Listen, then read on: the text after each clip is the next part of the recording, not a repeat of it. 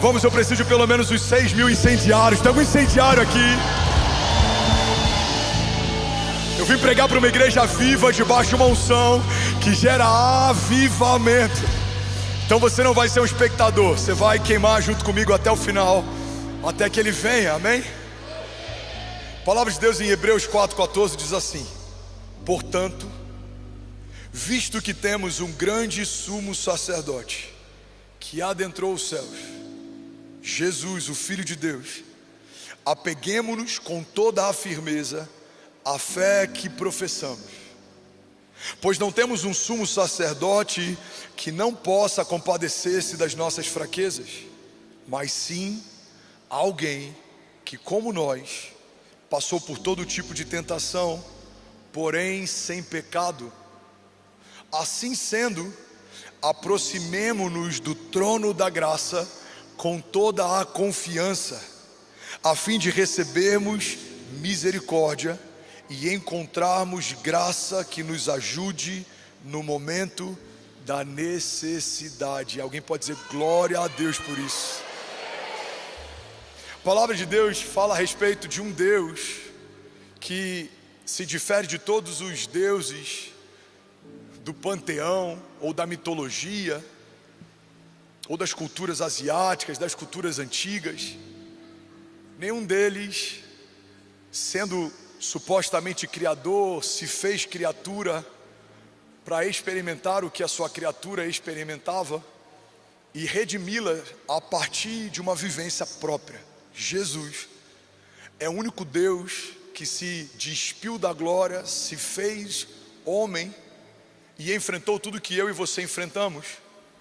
E por que ele faz isso? A gente poderia falar por horas a respeito disso. Só alguém que veio de uma semente irrepreensível poderia redimir a criação. Todos nós nascemos de uma semente que já tinha uma mancha de pecado. O pecado, ele já fazia parte da nossa concepção desde a queda de Adão. É por isso que aquela parábola que fala sobre o bom samaritano fala a respeito de um religioso que não faz nada pelo homem caído. Em seguida, um levita, alguém que trabalhava na administração do templo, não faz nada pelo homem caído. Mas então vem um homem por um outro caminho, um viajante, alguém estrangeiro, ou seja, alguém que não era daqui, mas veio para cá. E a Bíblia fala que esse homem, que veio de um caminho distinto, então fez pelo homem caído que a religião não poderia fazer.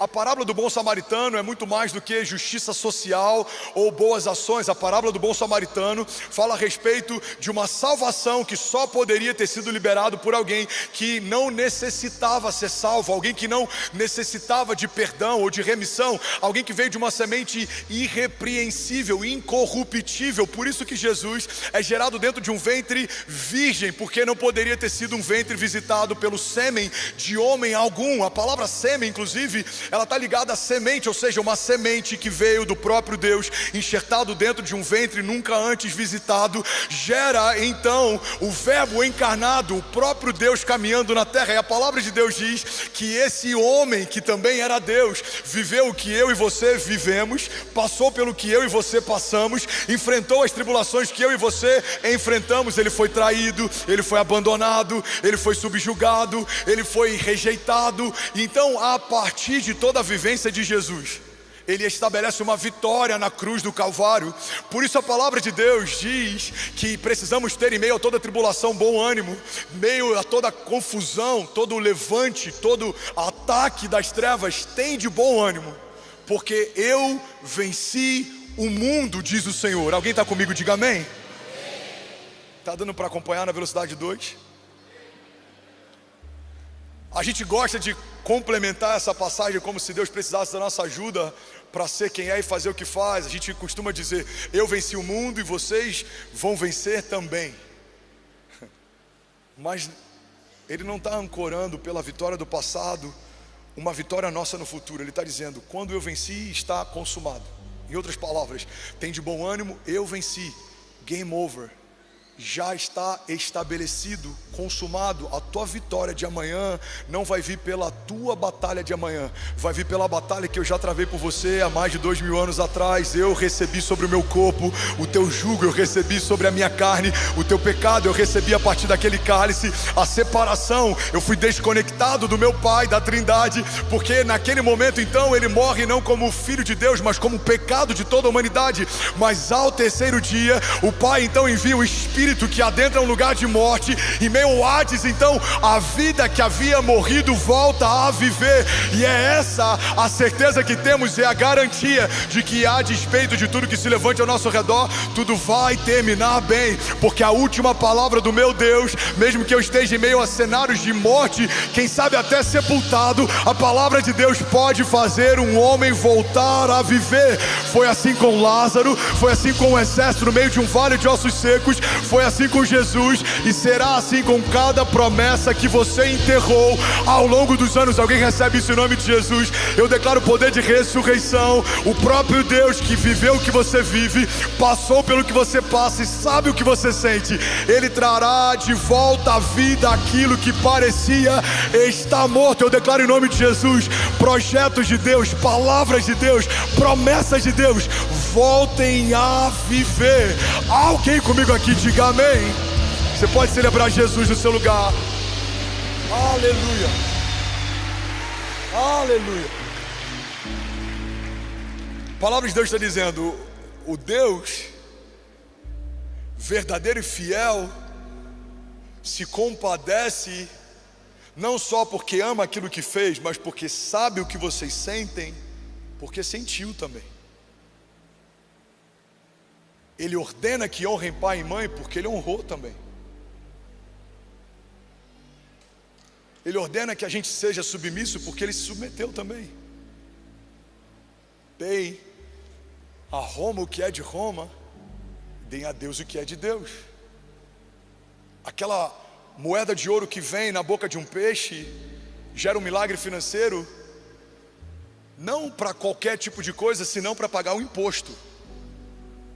Alguns acreditam que Pedro e Jesus eram o único em maioridade, e por conta disso precisavam pagar o imposto, e por conta disso são os dois citados na confecção desse milagre. Eles estão ali, e aí da boca de um peixe sai uma moeda de ouro, e eles pagam o que precisavam pagar. Então Jesus ele se apresenta como Senhor, mas também como servo. Coloca uma toalha na cintura e lava os pés dos discípulos. Ele se coloca como mestre, mas também como aluno, como de costume ia à sinagoga para aprender, e em algum momento ele se levanta e começa a ensinar.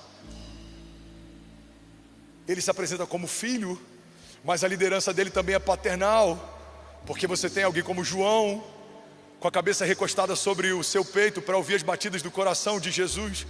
Então ele é alguém que, ao mesmo tempo que se apresenta como filho, também tem uma liderança paternal, e eu boto entre aspas, também em alguns momentos se revela como pai.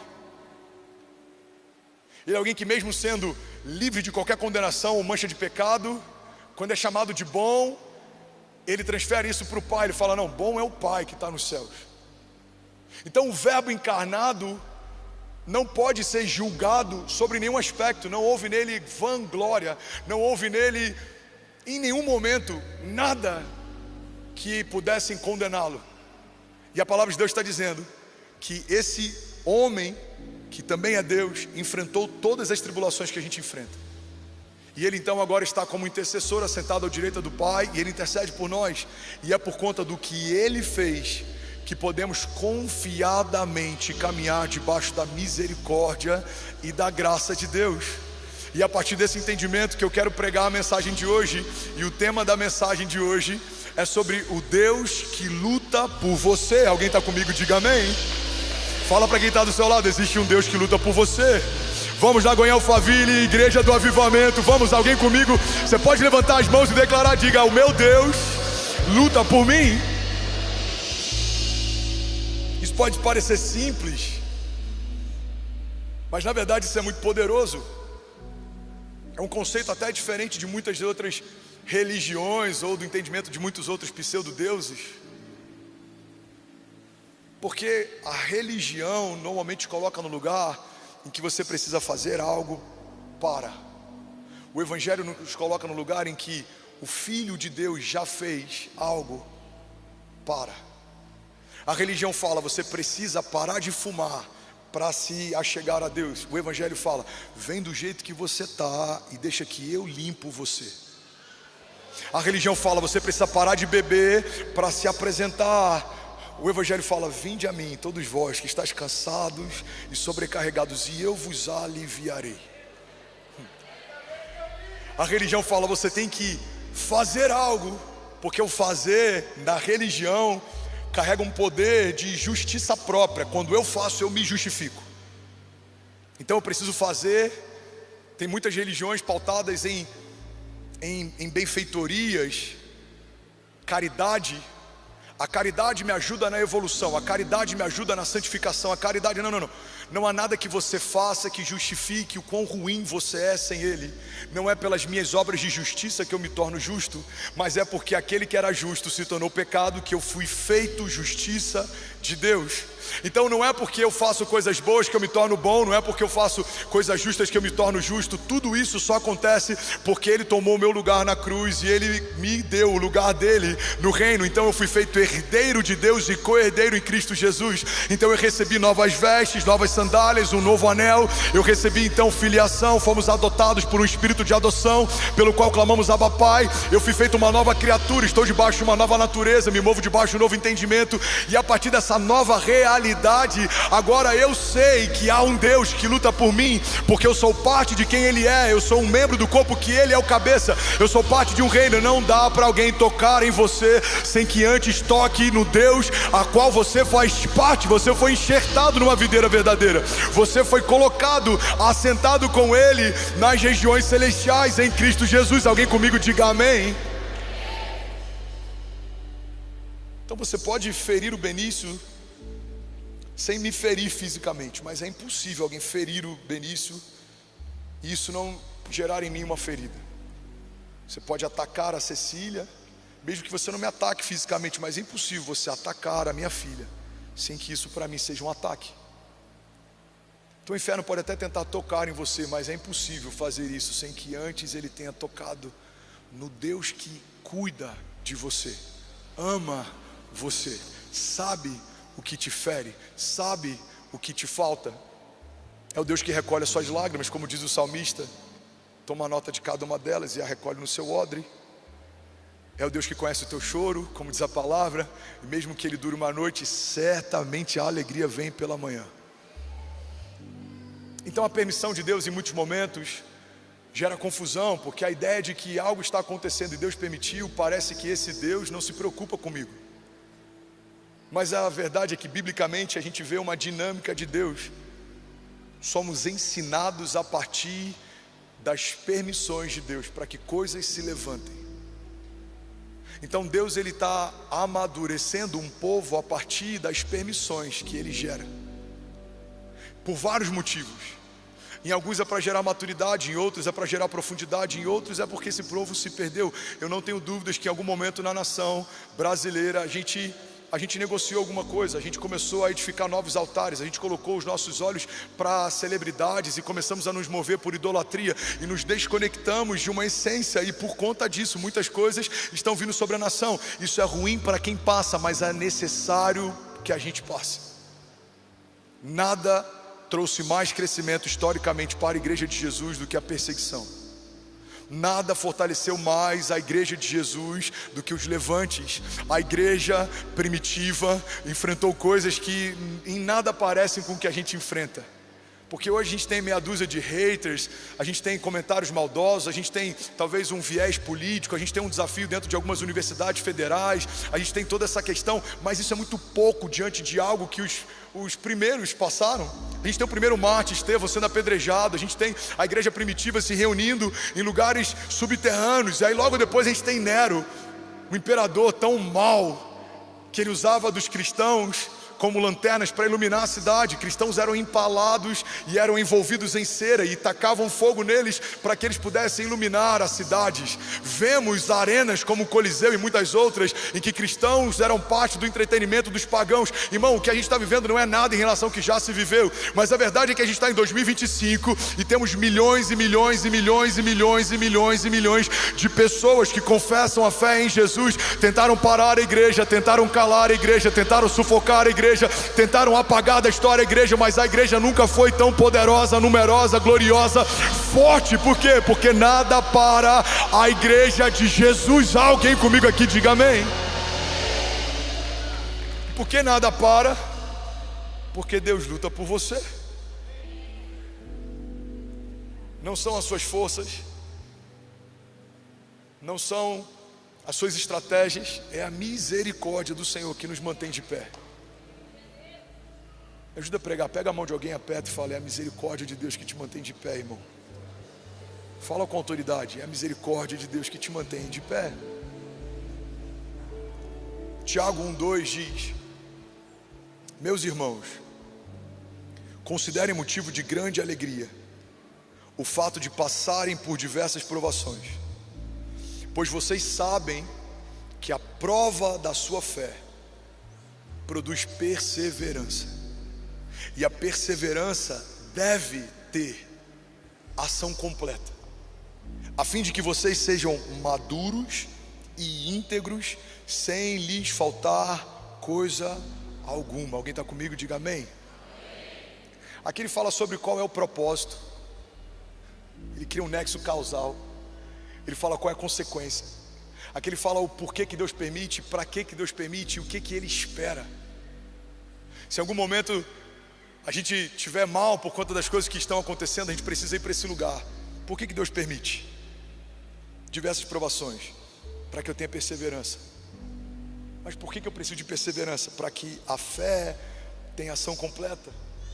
E o que isso vai gerar em mim? Isso vai gerar em mim maturidade. Ele quer que eu seja íntegro e maduro. Para quê? Para que não me falte coisa alguma. Não é agradável, não é bom enquanto se passa, mas é necessário que se passe. Não é agradável, não é fofinho enquanto se vive, mas é necessário que se viva.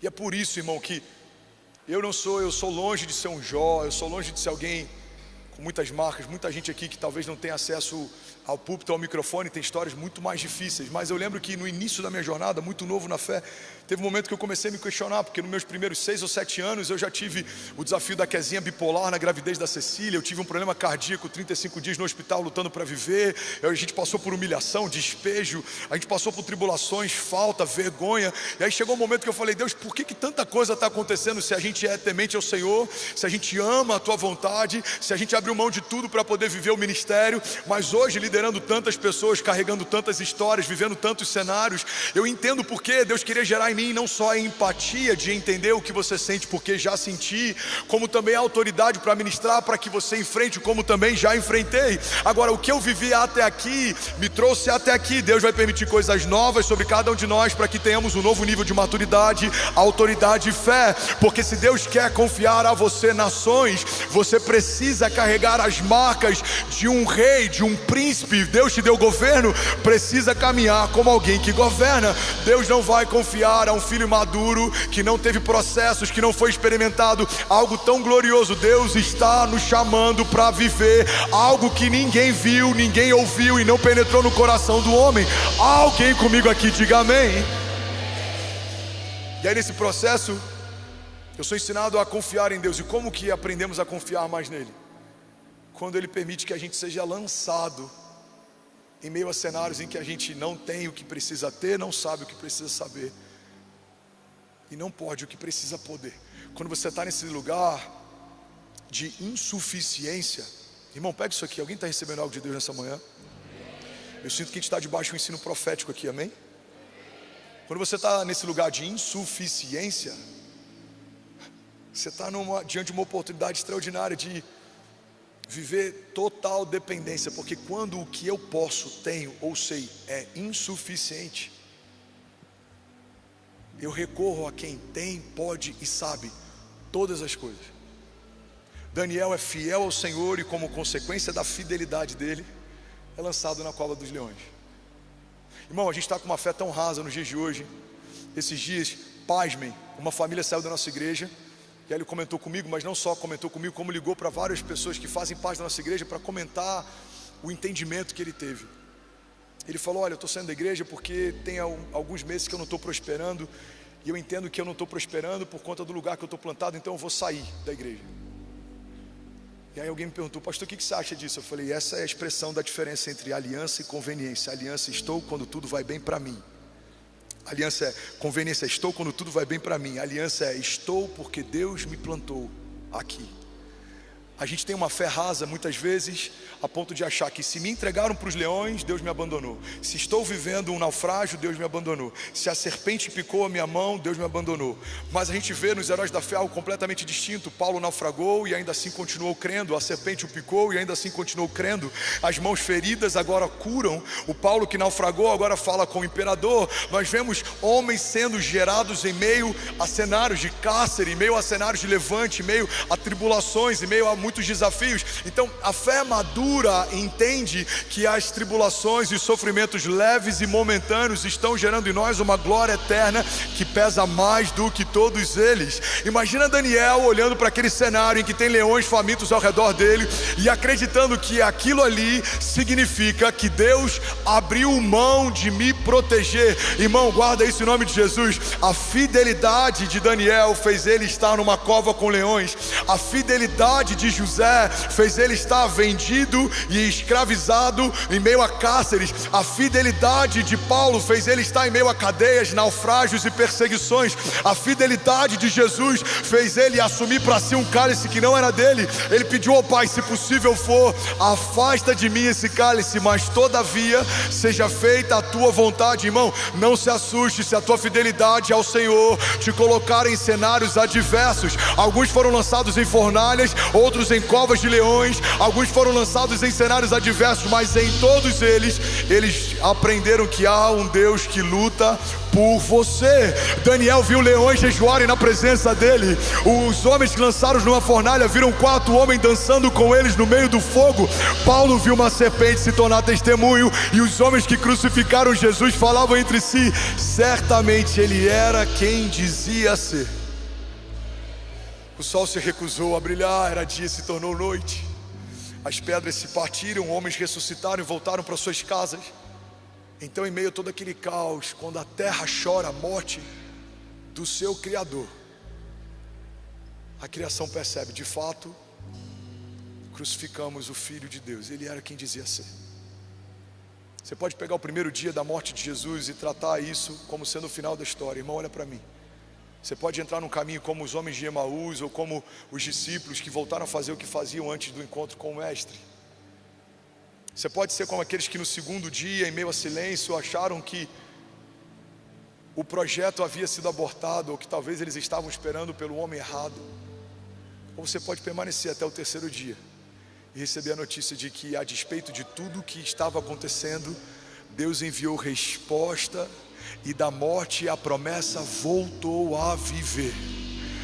Você tem noção que em Atos 2 a Bíblia fala que estavam todos reunidos em um lugar, até que veio sobre eles revestimento de poder, o Espírito foi derramado sobre a igreja, eles foram empoderados.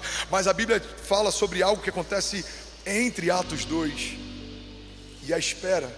Jesus, ele volta dos mortos, ele diz para eles: olha, eu tenho que ir, porque se eu não for, o Pai não virá sobre vocês, o Espírito não virá sobre vocês, é necessário. Mas permaneçam. Olha para mim, irmão. Permaneçam até que venha sobre vós o revestimento de poder. Irmão, Jesus lembra algo que o profeta Joel já havia falado. O próprio Jesus, ele fala: fiquem, não saiam, fiquem, aguardem. Você sabe o que acontece entre essa palavra de Jesus e Atos 2? Centenas foram embora porque não quiseram esperar. Aí vem Atos 2. Estavam reunidos em um só lugar. Quem estavam? Aqueles que esperaram até que se cumprisse a promessa de Deus. Quem são aqueles que não estavam? Aqueles que não conseguiram esperar a promessa se cumprir. Tem muita gente que desanima porque esse ato entre a promessa e o cumprimento dela parece abandono. essa janela temporal entre o dia que Deus te prometeu e o dia que Ele cumpriu a promessa que te fez, parece demora. A gente vê Abraão, pai da fé, se rendendo a isso. Irmão, eu e você, a gente vai tropeçar nisso. Heróis da fé tropeçaram nisso, o pai da fé tropeçou nisso. Deus fala que Ele vai ser pai, e aí Ele tenta dar um jeito para que a promessa se cumpra, e Ele gera um filho. Mas esse filho é tratado pelos céus como filho da precipitação, a tal ponto que quando Deus pede que Ele entregue o filho, Ele fala assim: Abraão, pega o teu único filho, aquele a quem você ama. Imagina Abraão olhando e falando: Senhor, mas eu tenho dois. Os céus estão dizendo: não, Abraão, você tem dois para a terra, mas para os céus você só tem um, porque os céus só consideram aquilo que começa por Ele. Se não começa em Deus, para os céus não é levado em consideração. A terra fez um filho na precipitação, mas os céus te entregou um único filho como promessa. Então pega o teu único filho, aquele quem Deus te deu e a quem você ama, e entrega. Irmão, alguém está comigo? Diga amém. Quantas vezes a gente acha que foi abandonado porque nesse caminho entre a promessa e o cumprimento dela, a nossa fé que espera foi reprovada. Eu lembro que eu preguei um tempo atrás aqui sobre 3 tipos de fé, ou 3 características da fé: a fé que espera, a fé que entrega, a fé que confia. A fé que espera talvez seja a manifestação mais simples de fé, talvez a mais rasa de fé. Alguém que entrou aqui pela primeira vez, talvez não conheça nada da Bíblia. Se eu apresentar um texto e perguntar: você crê que Deus pode te curar? Talvez você já tenha esse nível de fé que espera. Eu creio. Então sai do seu lugar, vem à frente. Aí você sai, ou seja, você se move a partir dessa pequena fé que já tem. A fé que entrega não. A fé que entrega não dá para a gente exercê-la no nível raso de fé, porque você tem que crer tanto no caráter de Deus a ponto de se mover a partir do que crê. Eu creio no caráter do Deus que me pede algo, mas tem algo melhor para me recompensar. A palavra de Deus diz: entrega os teus caminhos ao Senhor, confia nele, o mais Ele fará. Eu entrego os meus filhos ao Senhor, eu entrego a minha vida ao Senhor, eu entrego os meus planos ao Senhor, eu entrego a minha agenda ao Senhor. Essa é uma fé que entrega. Alguém está comigo? Diga amém. E a fé que confia? A fé que confia, ela é testada no meio da tribulação. Você agora não só espera, não só entrega, você já entregou, mas agora você precisa confiar que no meio de toda essa loucura, Deus continua lutando por você. Deus sabe do que você precisa, Deus sabe o que você tem passado, Deus sabe o que você enfrenta. Você precisa confiar no caráter de Deus. Tem uma frase, se eu não me engano, do Bill Johnson. Ele fala que não é só sobre sabermos que Deus existe, o inferno também sabe, mas é sobre confiarmos no caráter que Ele tem. Existe uma diferença muito grande, Lagoinha, em nós sabemos que Deus existe. Eu sei que Deus existe, mas existe um abismo entre eu saber que Ele existe e eu confiar no caráter que Ele tem. Eu sei que Deus existe, mas eu também sei que Ele é bom e a sua misericórdia dura para sempre. Eu sei que Ele existe, mas eu também sei que certamente a palavra de Deus vai me resgatar no meu dia mau. Eu sei que Ele existe, mas eu também sei que a sua bondade e a sua misericórdia estarão sobre a minha vida todos os dias, até que Ele venha. Alguém está comigo? Diga amém. Eu sei que Deus existe, mas eu também sei que certamente a última palavra vem da boca do meu Deus. Entender que Ele luta por você é sair do lugar em que sabemos que Ele existe e acessarmos o lugar em que confiamos no seu caráter. Ele é bom, Ele é justo, Ele é santo, Ele é misericordioso, Ele é fiel em todas as suas promessas. Ebenezer, até que nos ajudou o Senhor. Ele é o Jeová Nissi, o Senhor é a nossa bandeira. Ele é o estandarte que vai à frente das nossas batalhas. Jeová Rafa, o Senhor é um Deus que cura. Certamente dele flui toda a cura que eu preciso para colocar debaixo dos meus pés toda doença e enfermidade, porque na cruz do Calvário Ele me concedeu esse favor e essa herança. Ele é Jeová Jireh, Ele é o Deus que provê, Ele é o Deus da provisão. Ele não só é o dono do ouro e da prata, como me concede a partir de um princípio de mordomia a autoridade para usufruir do que há de melhor na terra. Ele é pai e eu fui estabelecido como filho. A partir de um espírito de adoção recebi herança e eu posso pedir, e a palavra de Deus diz que Ele me dará, se eu pedir, nações da terra e os confins dela como a sua propriedade. Há alguém comigo aqui? Mas no dia da luta, a primeira coisa que é testada é o quanto de fato cremos no Deus que dizemos conhecer. Irmão, guarda isso em nome de Jesus. Tudo o que dizemos crer a respeito de Deus é testado no dia da nossa aprovação. Você está comigo? O que você diz, pensar a respeito de Deus, pode ser alegoria, pode ser emoção, mas isso é testado no dia da aprovação. É no dia do sepultamento de um filho, é no dia do sepultamento de um parente, é no dia de uma notícia ruim, é no dia de um diagnóstico contrário, é no dia da falência, ou de uma falta, ou de uma perseguição, ou de uma dor. É nesse dia, nesse lugar, que vai ser extraído o melhor ou o pior de nós. Para quê, pastor? Para que tenhamos uma fé madura, sem que nos falte nada. Não é bom, não é agradável, não é fofinho, mas é necessário, porque para o lugar que Deus quer nos levar, é necessário que a gente já tenha passado em alguns lugares junto com Ele. O salmista diz: mesmo que eu ande por um vale de sombras e morte, mal nenhum eu temerei, porque Tu, Senhor, estás comigo. O salmo que começa num vale de sombras e morte termina numa mesa preparada pelo Senhor na presença dos inimigos. E há uma dupla honra, como um óleo fresco derramado sobre a cabeça, e há um transbordar com um cálice que está além de uma medida natural. Tudo que Deus faz vai além da medida que você teria para receber. Deus te prometeu algo, se você for fiel, Ele vai te dar além do que prometeu. Deus te confiou algo, se você for fiel, Ele vai derramar além do que prometeu, porque a medida de Deus é o exagero. A terra são como estrados para os seus pés. Alguém recebendo de Deus, diga amém. Então esse é um dos maiores desafios da nossa jornada de fé, se manter estável em meio a uma jornada instável. Homens são instáveis, líderes são instáveis, promessas de homens são instáveis, governos humanos são instáveis, a economia é instável, o clima é instável, a nossa saúde natural é instável, relações são instáveis. Nossa jornada de fé é conseguir permanecer estável a despeito das instabilidades.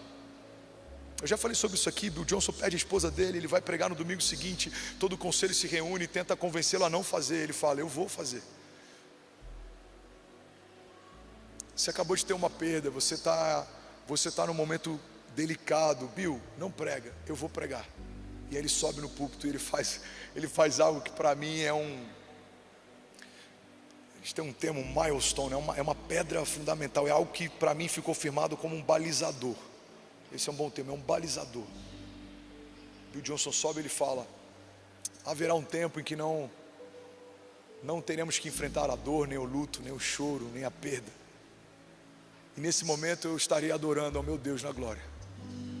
Mas eu não posso abrir mão da única oportunidade de adorá-lo em meio à dor e ao meu choro e ao meu luto. Eu não vou perder essa oportunidade de honrá-lo. Então eu quero pregar hoje, talvez no momento mais difícil da minha história. O que esse homem de Deus está dizendo?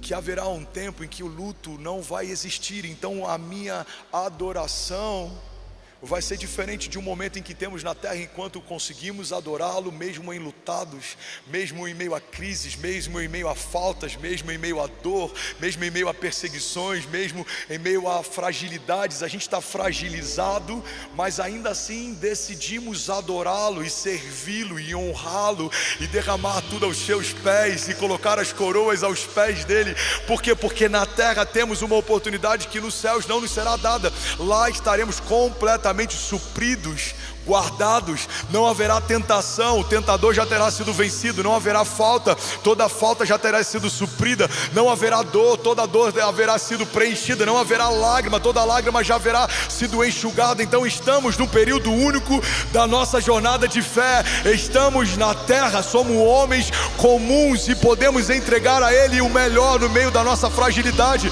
Por isso a tua entrega nos dias de hoje é tão poderosa, ela vai gerar em você salvação ou condenação, ela vai gerar em você galardão ou ausência deles. Irmão, não podemos nos distrair, porque a gente está vivendo algo que vai ecoar na eternidade. Os frutos das suas escolhas hoje definem o teu lugar na eternidade.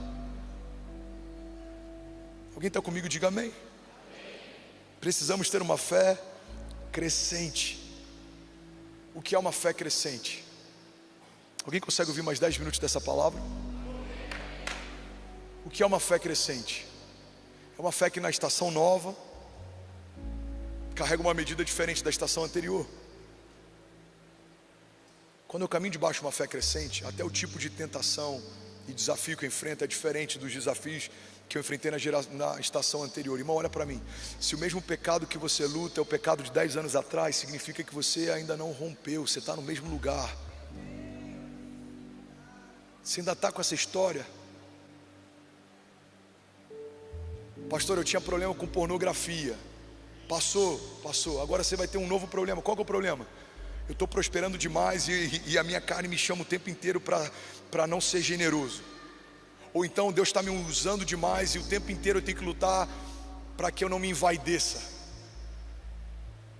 Deus me fez poderoso na terra e eu tenho lutado para que eu entenda que tudo isso tem um propósito para Ele, não só para os meus deleites. Você precisa estar lutando uma batalha nova, você precisa estar enfrentando novos gigantes, porque se são os mesmos, significa que você está como o exército de Israel estava. A Bíblia fala que Davi chega e há um gigante que há tempos está ali afrontando o exército. Davi, então ele chega, é um cenário diferente, ele não estava acostumado com o grito daquele gigante. Ele olha e ele fala: quem é esse homem sem aliança? Quem é esse incircunciso filisteu que está confrontando o exército do Deus vivo? Alguém precisa parar com isso. O que a gente aprende nessa história é que se a gente não afronta de imediato os gigantes que nos afrontam, a gente pode começar a domesticá-los. O som do grito deles não nos incomoda mais. A pornografia incomoda no início, mas agora eu domestiquei, não incomoda tanto.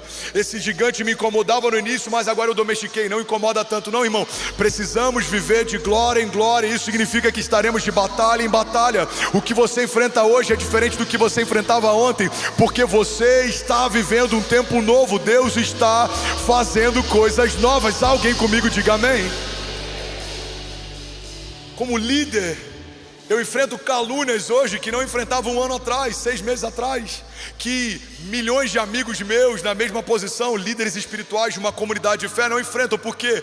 Porque hoje o tamanho que Deus, pela misericórdia, tem permitido ocupar, e a abrangência e o alcance, gera desdobramentos que em outros momentos não geraria. Ninguém quer atacar algo que não tem um resultado quando se ataca. Então eu preciso entender que a calúnia de hoje não é porque Deus hoje me abandona, é porque Deus me colocou num lugar que, como consequência, eu enfrento coisas que antes não enfrentava.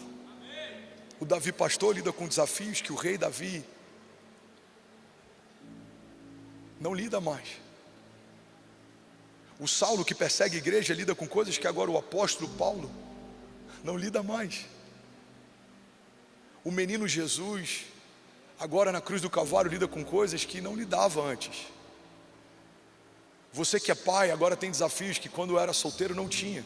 Você que é cristão agora lida com afrontas que quando era ateu não enfrentava.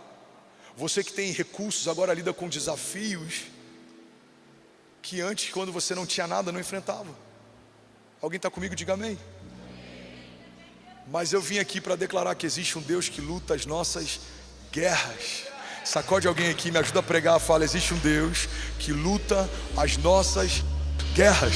Somos mais de 15 mil famílias, Emirados Árabes conectado, Canadá conectado. Alguém pode celebrar Jesus aqui nessa manhã? Não, de verdade, alguém pode honrar Jesus por aquilo que Ele está ensinando e derramando nessa manhã? Será que alguém pode dizer: ainda bem que eu vim, Jesus? Será que alguém pode dar um prado de liberdade? Vamos, será que alguém pode levantar as mãos e declarar com autoridade? Diga: existe um Deus que luta as minhas guerras. Isaías 64:4 diz assim: desde os tempos antigos ninguém ouviu, e nenhum ouvido percebeu, e olho nenhum viu outro Deus além de ti, Senhor, que trabalha para aqueles que nele esperam.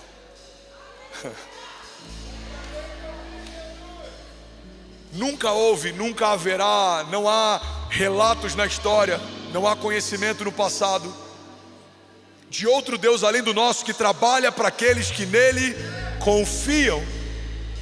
Deus está dizendo: a tua parte é confiar, a minha parte é fazer o que você não conseguiria fazer. Deus está dizendo para a criação: filho, faz o fácil, deixa que o impossível eu faço. Porque o que é mais fácil? Crer que um pedaço de madeira tocando um pouco de água pode fazer o mar se abrir, ou abrir o mar para o povo passar. O que é o fácil? Crer que todos os dias dos céus haverá um pão que supre a fome, ou fazer pão descer do céu? O que é mais fácil? Procurar no meio da multidão quem tem algum tipo de alimento para ser usado como matéria-prima de um milagre, ou multiplicar 5 pães e 2 peixinhos para que uma multidão coma e os cestos voltem cheios de pão para casa? O que é mais fácil? Chamar um pescador como Pedro e pedir que ele lance um anzol, ou fazer da boca daquele peixe sair uma moeda de ouro? O que é mais fácil, irmão? Lançar sobre Jesus o nosso fardo, ou redimir toda a criação e livrá-la da condenação eterna? Deus está dizendo: faz o fácil, filho, deixa que o impossível eu faço. A tua parte é crer, e a minha parte é fazer algo a partir do que você creu. A tua parte é confiar, e a minha parte é mover céus e terras a partir da confiança que você depositou em mim. A palavra de Deus diz que feliz é o homem que teme ao Senhor, será bem sucedido em tudo que faz. A palavra de Deus diz que aqueles que confiam no Senhor, eles correm e não se cansam. Lamentações 3:26 diz: bom é ter esperança e aguardar em silêncio a salvação que vem do Senhor. Bom é ter esperança e aguardar em silêncio a salvação que vem do Senhor. Ministre isso para a tua alma, feche teus olhos e declara isso. Diga: bom é ter esperança e aguardar em silêncio a salvação que vem do Senhor. Em que nós temos crido e em quem esperamos. Enquanto a nossa esperança estiver firmada em algo volúvel, nos frustraremos. Mas a partir do momento que a nossa esperança está firmada em algo involúvel, invariável, imutável, inquebrável, invencível, a nossa alma prospera, a nossa alma floresce. A Bíblia diz que a esperança tardia adoece o coração, mas quando ela se cumpre, formoseia todo o rosto. Tem muita gente cansada porque está esperando no lugar errado. Talvez você aguarde até pela promessa certa, mas você ancorou a promessa no lugar errado. Você acha que quando alguém te notar no ministério, o teu chamado vai florescer. Você acha que quando o momento do Brasil for favorável, a tua casa vai prosperar. Você acha que quando fizerem isso por você, aquilo que você aguarda vai acontecer. Não. Você está esperando a coisa certa no lugar errado. Quando o Senhor quiser, Ele vai fazer independente do que me cerca. Quando o Senhor estender as mãos, Ele vai cumprir o que prometeu, porque Ele é fiel em todas as suas promessas. Os dias podem ser maus, mas o meu Deus é bom. Os dias podem ser confusos, mas Ele é um maravilhoso conselheiro. Nele não há confusão, nele não há mentira, nele não há variabilidade. Ele é imutável, Ele é o mesmo ontem, hoje, para sempre. Há alguém comigo aqui? Diga amém. Aleluia. E eu finalizo, irmão, profetizando e trazendo um entendimento sobre você a respeito de uma identidade que temos como povo de Deus. Fomos em Jesus destinados a reinar. E é por isso que todo homem posicionado gera tanto incômodo, porque a tua posição gera denúncia.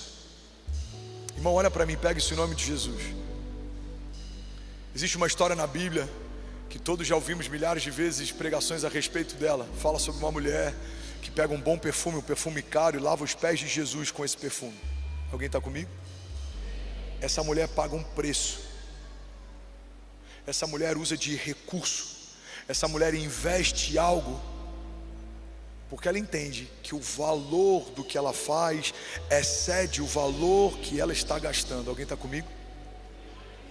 Mas a Bíblia diz que enquanto ela faz isso, religiosos, hipócritas, contestam o valor que ela investe. Alguns pensam: se essa mulher tivesse dado o recurso desse perfume aos pobres, na verdade nenhum deles teria dado aos pobres. Mas todo hipócrita tem um discurso politicamente correto para contestar a tua entrega, porque a tua medida de entrega denuncia a falta de entrega deles. Jesus, sabendo o que eles pensam naquele momento, diz: vocês contestam a entrega dela, mas desde que eu cheguei não me beijaram com ósculo santo. Vocês contestam a entrega dela, mas desde que eu entrei na sala vocês não me honraram. Irmão, guarda isso aqui em nome de Jesus. A entrega daquela mulher denuncia a falta de entrega naquela sala. Você foi chamado para reinar, e a partir do momento que você reina, você denuncia todo mundo que não reina. Você foi chamado para prosperar, e a partir do momento que você prospera, você é uma denúncia para todo mundo que não prospera. Você foi chamado para viver em contentamento, e a partir do momento que você está contente, você é uma denúncia para todo mundo que vive descontente. Você foi chamado para caminhar debaixo de um reino inabalável, a partir do momento que você está firmado, você é uma denúncia para todo mundo que está completamente instável. E é por isso que muita gente diz que essa fé que nós pregamos, que fala a respeito de prosperar, avançar, multiplicar, estabelecer, governar, é uma fé positivista. Alguns dizem que é o evangelho açucarado, mas precisamos então remover da palavra e da Bíblia homens como Davi, que foram encontrados no pasto e colocados num trono, homens como José, que foram encontrados num cativeiro e colocados sobre o governo, homens como Abraão, que foram encontrados no lugar idólatra e colocados no lugar de paternidade da fé. Precisamos então tirar homens como Saulo, que de perseguidores da igreja agora se tornou aquele que tem as maiores revelações e a maior parte da confecção do Novo Testamento a partir do entendimento de uma nova aliança. Irmão, você foi encontrado em Deus de um jeito, mas a partir desse encontro você precisa ser elevado a um novo nível. Você era assim, não é mais; vivia assim, não vive mais; caminhava assim, não caminha mais, porque as coisas velhas ficaram para trás e a partir de Cristo tudo se fez novo. Há um Deus que luta por você. Alguém comigo aqui, diga amém. Sacode alguém do teu lado e fala: a tua posição vai denunciar falta de posição. Diga: você não vai parar de crescer só porque isso incomoda. Diga: você vai crescer ainda mais, porque é para esse lugar que Deus te chamou. Alguém conhece aqui algum parente ou amigo que está incomodado porque agora você serve a Jesus e vem no culto? Tem uma artista aqui que fazia parte do grupo de uma emissora grande, e ela veio falar comigo com os olhos cheios de lágrimas. Ela falou: pastor, você não vai acreditar o que eu já recebi de ligação de ator, de jornalista e de diretor dessa emissora. E sabe o que eles estão revoltados? Eles estão falando: para de ficar falando na tua rede social sobre Jesus, para de ficar falando sobre isso. Ela falou: só que eu já tive um problema sério com o alcoolismo. Eu já tive um problema sério com o alcoolismo. Eu me tornei durante um período alcoólatra. Nenhum deles me ligava para saber no dia seguinte das festas que eu tinha completamente perdido a ciência das coisas, como eu estava, se eu precisava de algo, se eu precisava de ajuda. Mas agora me ligam para contestar minha fé e o meu encontro com Jesus. Eu falei: você precisa lembrar daquele jovem que tinha uma cegueira de nascença, e a Bíblia diz que com lodo e cuspe Jesus então tornou ele sarado. A Bíblia fala que os religiosos fizeram uma auditoria de milagres. Ninguém estava preocupado com o modus operandi daquele jovem cego que ficava às portas. Mas agora todo mundo quer contestar o porquê que Jesus fez do jeito que ele fez. Você sabe por quê, irmão? Quem não está vivendo milagre tem tempo demais para contestar quem está vivendo. Quem não está vivendo romper tem tempo demais para contestar quem está rompendo. Mas Deus te chamou para reinar, e mesmo que coisas se levantem, há um Deus que luta por você. Alguém comigo aqui, diga amém. Levante sua mão direita e declare com autoridade: diga: em Jesus eu fui destinado a reinar. Apocalipse 5:9 diz assim: foste morto, e com teu sangue compraste para Deus homens de toda a tribo, toda a língua, todo povo e nação, e tu os constituíste reino e sacerdotes para o nosso Deus, e eles reinarão sobre a terra. Vamos ler isso junto? Levante as suas mãos, vamos ler. Pode manter esse versículo 10. Tu os constituíste reino.